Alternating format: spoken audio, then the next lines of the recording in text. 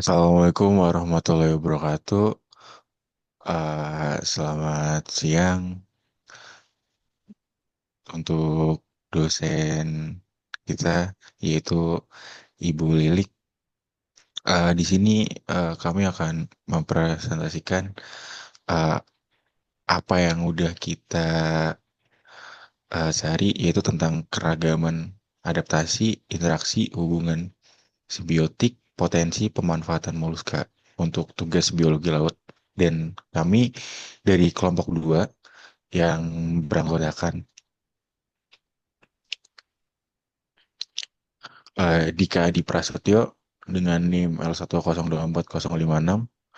Terus ada Sally Salsabila Putri dengan NIM L120249090. Dan saya sendiri, Raffi Rizky Ramadan dengan NIM L120240908.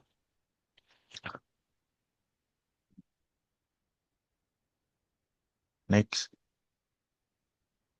Oke, yang pertama ada filum moluska, yaitu filum hewan invertebrata bertubuh lunak, bersifat tripoplastik dan selomata, dengan tubuh umumnya terdiri dari kaki, massa visceral, dan mantel. Moluska hidup di lingkungan perairan laut dan air tawar, tetapi juga ada yang hidup di darat, dan banyak di antaranya memiliki cangkang yang tersusun dari kalsium karbonat. Filum moluska dibagi menjadi 9 kelas, tetapi 2 kelas di antaranya sudah punah. 9 kelas tersebut yaitu ada Gastropoda, Bivalvia, Polypacopora, Aplacopora, Cephalopoda, Scapopoda, dan Rostoconchia sudah punah, Halcyonellioida juga sudah punah. Untuk digesti dan ekskresi, filum moluska memiliki sistem ekskresi dilakukan oleh ginjal atau nepiridium. Sedangkan sistem pencernaannya dimulai dari mulut hingga ke anus. Untuk adaptasi moluska, moluska memiliki berbagai adaptasi untuk bertahan hidup, yaitu cangkang kapur sebagai pelindung, kaki bermodifikasi untuk merayap, menggali atau berenang, radula untuk mengikis dan menangkap makanan, ada perubahan warna atau kamuflase pada cephalopoda, sifon dan bivalvia untuk respirasi dan makan.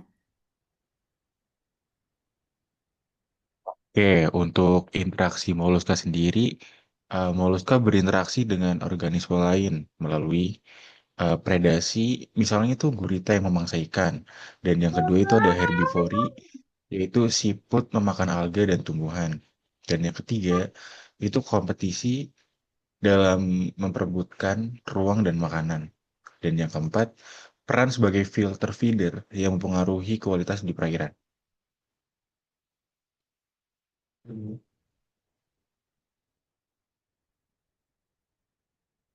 Next.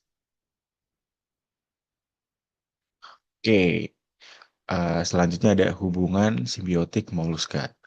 Beberapa moluska itu menjalin hubungan simbiosis, yaitu diantaranya ada mutualisme. Contohnya itu kerang dengan alga simbion atau zooxanthellae.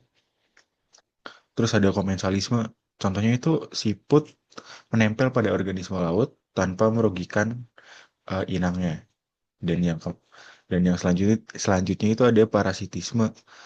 Contohnya itu beberapa siput menjadi inang perantara parasit dan itu menyebabkan penyakit.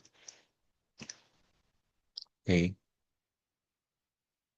Nah, pemanfaatan moluska yang pertama itu bisa menjadi sumber pangan lokal.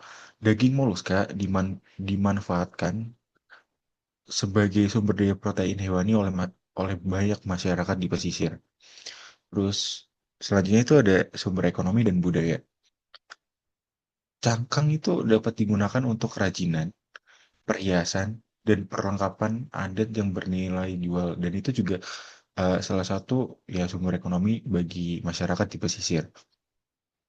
Terus selanjutnya itu pendukung ekowisata. Keanekaragaman moluska itu menjadi daya tarik sendiri bagi wisatawan mangrove serta mendorong pemanfaatan yang berkelanjutan. Dan sebenarnya ada satu lagi potensi pemanfaatan dari Moluska sendiri, tapi itu masih dikaji. Ternyata tuh eh Moluska dapat dijadikan sebagai sumber kalsium karbonat yang dapat digunakan sebagai bahan dasar prototipe di filter air. Begitu. Next.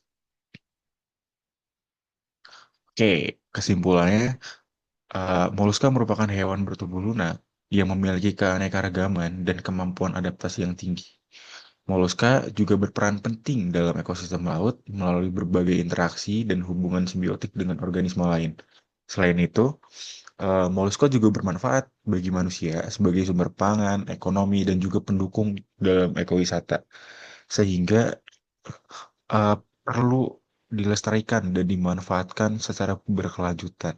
Karena eh ya ternyata tuh moluska tuh sangat bermanfaat itu bagi entah itu bagi masyarakat ataupun untuk lingkungan gitu. Mungkin sekian presentasi dari kelompok 2 yang beranggotakan Dika Adi Prasetyo, Sally, dan juga saya sendiri Raffi. Eh, Kurang lebihnya mohon maaf. Sekian. Wassalamualaikum warahmatullahi wabarakatuh.